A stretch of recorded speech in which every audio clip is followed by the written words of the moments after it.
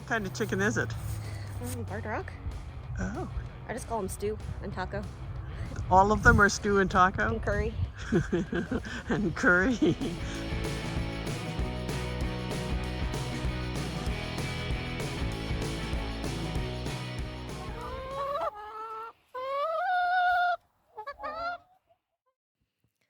Oh, Homer, located in south-central Alaska on the shores of Katchmack Bay, often referred to as the halibut fishing capital of the world, or alternately a quaint drinking village with a fishing problem. Though the plant nerds around here would say we don't have a fishing problem, but an orange hawkweed problem. The reason why this plant is such a pain is that it outcompetes every other species.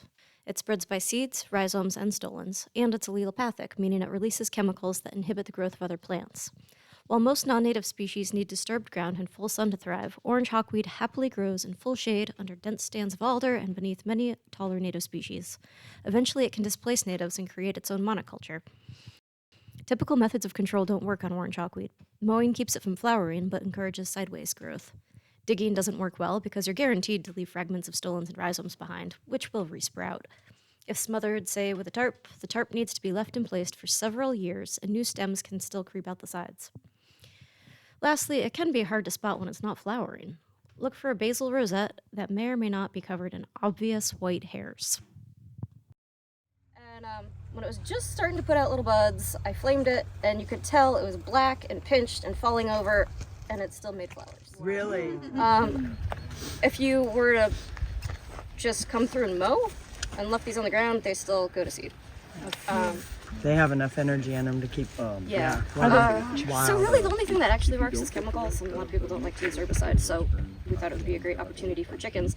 And I guess really the inspiration for all this was my own property. I had a big patch of orange hawkweed, and it was like the understory under the beautiful fireweed. So I was like, well, heck, I want to get chickens anyway. Let's put a chicken yard here. And in 2 years, all my orange hawkweed was gone. All the native plants were still there. Wow. So that is what inspired this project. The experiment we're doing right now is attempting to recreate that on a smaller spatial and temporal scale, using 3 tractors, 4 chickens in each, and rotating them at intervals of 2 weeks, 4 weeks, and 1 at 6 weeks, just to see if they can tractor up the orange hawkweed and get rid of it and see what grows back after. Now's a good time to explain what I mean by tractor. In this situation, it means to clear vegetation and loosen topsoil, and it's also a movable chicken coop without a floor. But why are there chickens in the cemetery? We chose the cemetery because the vegetation is fairly consistently 90% orange hawkweed, with a few other species mixed in. And it's flat, which makes tractor setup easy. Also, it's managed by the city, who has an active interest in managing invasive plants and often works with the Soil and Water Conservation District on various projects. We got the whole Homer Soil and Water gang together to help set up the site. We laid out a grid 16 by 32 feet, divided into 16 plots, each the size of a chicken tractor. This allowed for moving the tractors on a predetermined schedule and having a section of undisturbed ground for control. We put flagging around the area so the lawn mowing crew would know what area to avoid, and we put a sign on a tractor and one just outside the study area explaining the project and providing our contact information. Once the grid was set up, we recorded the species and percent cover in each plot to get a baseline.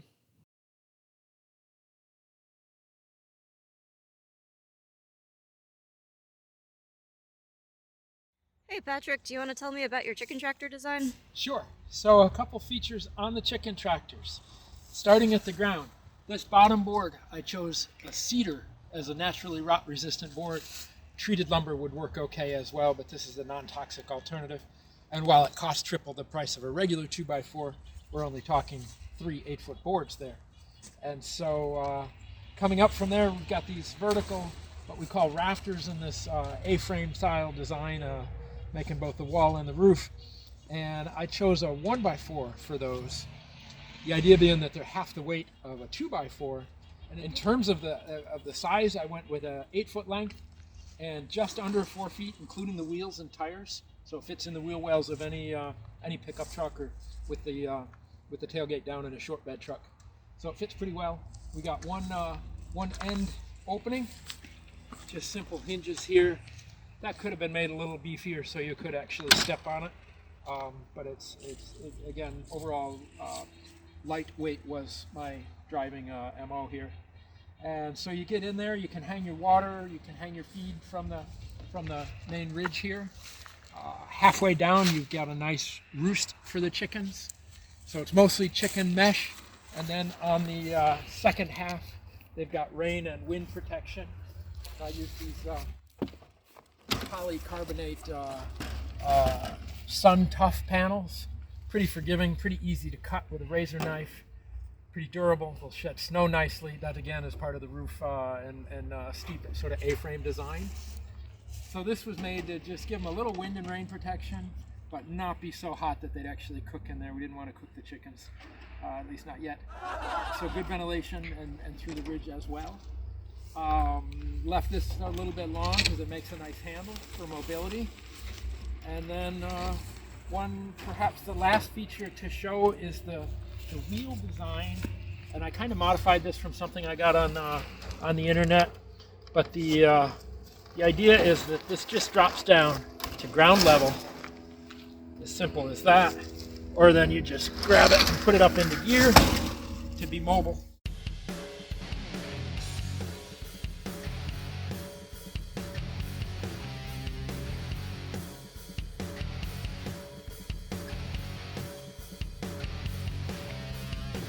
Runners, take your marks. Get set, go!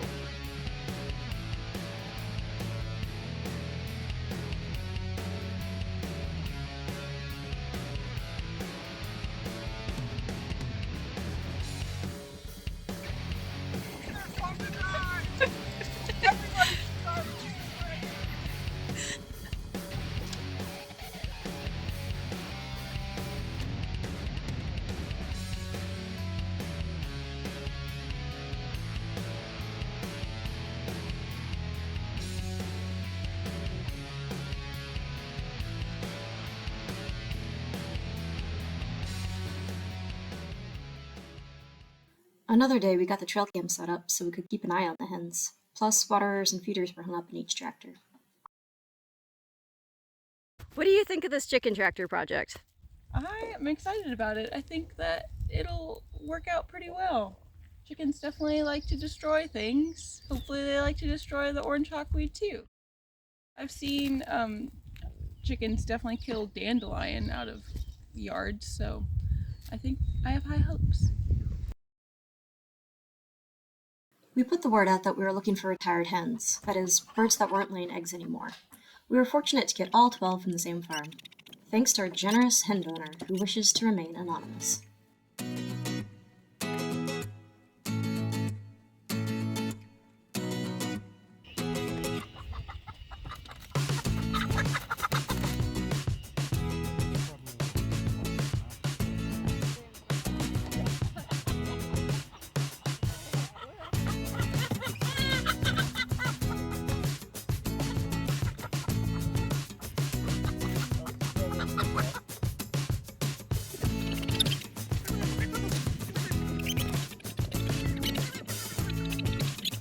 Chickens sure sound funny when you speed up their squawks.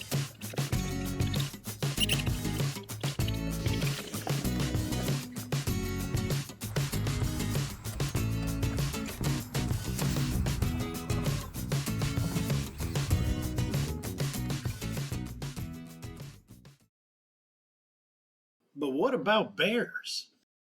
No, so there was a little bit of concern, so I put a trail cam on that shed over there, just in case we lost a chicken. But we didn't lose any of the chickens. Yeah, we thought dogs would be the primary culprit, possibly bears, but not really. We didn't see any anyway. We have a couple sandhill cranes that have been living here, so I got them on the camera more than anything. Well, this area is fenced to a degree that a lot of properties aren't. Yeah. Wilson, I have a very important job for you today. Are you up for it? I want to know if our chicken tractors are predator proof. So we're going to give them the Wilson test. Ready? Come on. Chickens. Go get the chickens.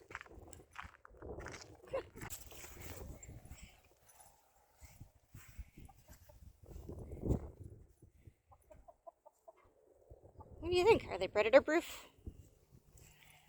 Are you gonna pee on them? I thought you'd be more excited about chickens.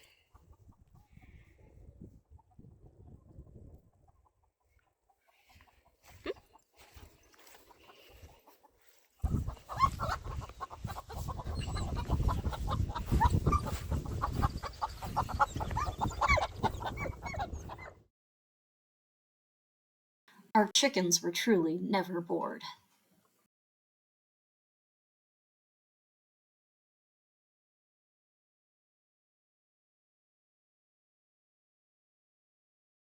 That's not a thing. What about any benefits? As far as I know, I mean, you can't feed it, Ground you cover. can't smoke it. Oh, Lordy. People eat it if they've got nothing else to eat.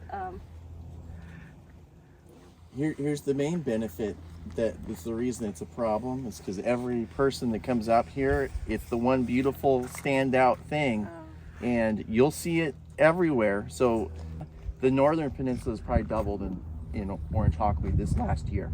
It's everywhere. I don't know what was the weather conditions, but if you go somewhere where there's known orange hawkweed and you just drive up to the area, first thing you see is somebody just like you've got right there, taking it home, bringing it with them, walking through it, everything.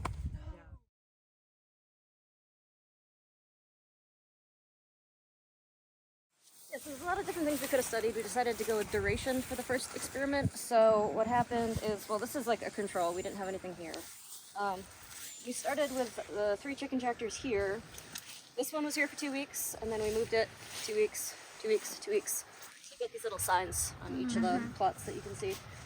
And yeah, I guess my hypothesis was 2 weeks wouldn't be quite long enough to get rid of all the weeds. It did. This was 4 weeks, and then we moved it, and then that was there for 4 weeks. Yeah. So this was chicken for 4 weeks and had 9 weeks to regrow.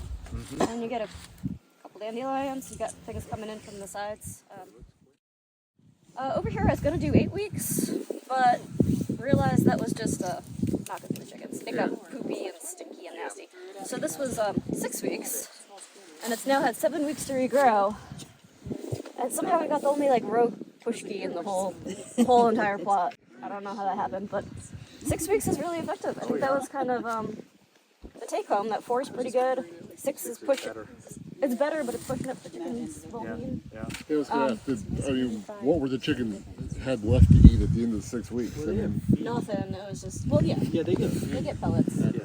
So we were out here every 2 weeks to do a veg inventory, percent cover of each different species.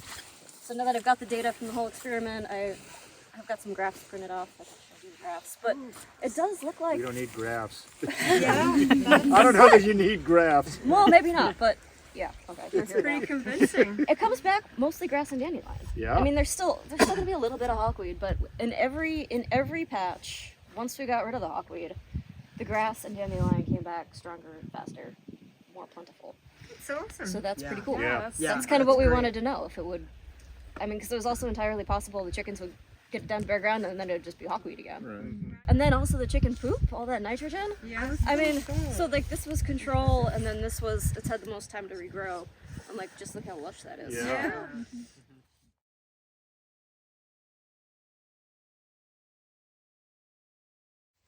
So this one right here was tractored down for 2 weeks, and it's had 2 weeks to regrow. So there's some grass and dandelions and orange hawkweed coming back.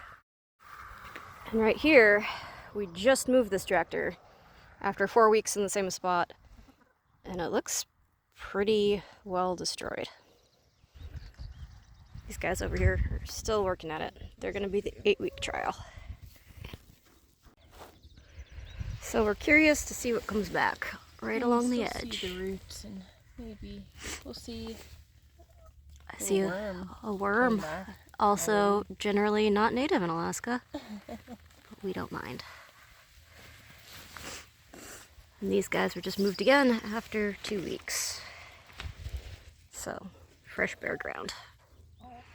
And still A little bit of grass. We had the food and water hanging over this spot, which is why they couldn't fully get in there to destroy it.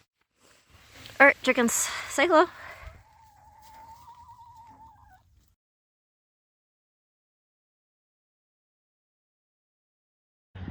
Hens spend their time eating, foraging, and doing stuff. Roosters, Not so much. they want to fight you and you and you the entire time they're in there.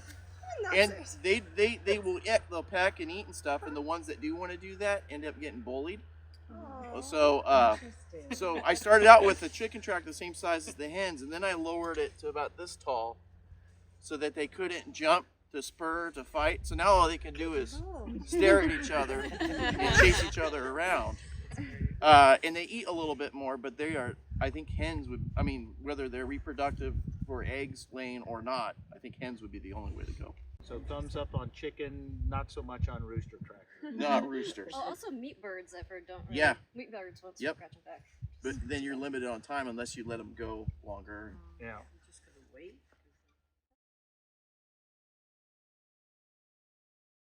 And one other thing that was really interesting to see is the native species that actually hold their own against the non-native common dandelion, fall dandelion, orange hawkweed. So we've got the yarrow and the large-leaf avens. Oh, this guy. Oh yeah. So that could also be useful just for restoration projects if we know that those two species can actually compete with all this other mess. That's good stuff.